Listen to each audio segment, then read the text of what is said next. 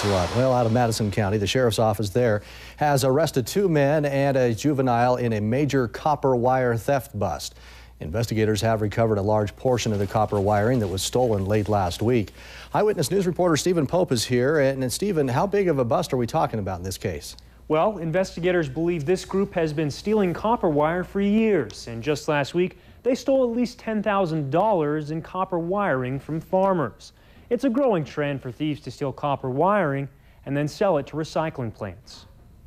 The sheriff's office says 44-year-old Michael Shane Rasmussen from Idaho Falls and 47-year-old Garrett Dean Chaffin from Shelley stole copper wiring from locations in Madison, Jefferson, Fremont, and Bonneville counties. Multiple charges from each of those counties are pending. Our patrol went up into the hills to see if they could find a campsite or somewhere where they were burning, and actually came across their campsite with a pile of cords actually in the pits smoldering. The Madison County Sheriff's Office has collected a trailer full of evidence behind me here. Now they're looking for fingerprints and whatever else they can get.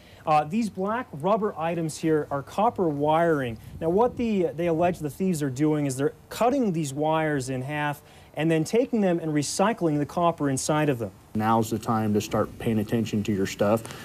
Gone are the days where you can leave your piler out with the cord draped over it overnight. Your four-wheelers, motorcycles, chainsaws, stuff like that, it will disappear if you leave it outside. Farmers who have experienced this kind of theft have begun putting in security cameras, and the sheriff's office says that's been an effective deterrent. Oh, they're taking 100, 200 feet. You know, one of the shops got hit for about $5,000 worth of copper. And it's not just specific to pilers and welding leads, anything they can get their hands on that's copper or aluminum, any scrap metal. We've had whole fields worth of sprinkler pipes taken. Williams says it isn't the recession that's led to an increase in copper wire thefts. He says 75% of theft crimes are related to drugs and addictions in one way or another. 2 weeks ago, Eyewitness News aired a story where we spoke with a local recycling plant about the increasing trend for copper wire theft. Recycling plants are now taking photocopies of driver's licenses and personal information when people come to sell them copper wire.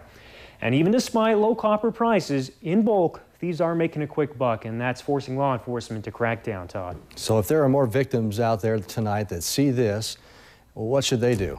Immediately come forward. That's part of the reason they caught these guys in the act. You can call the Madison County Sheriff's Office at 356-5426 or your own local law enforcement if you see anything suspicious. All right. We'll keep an eye out. Thanks, Stephen.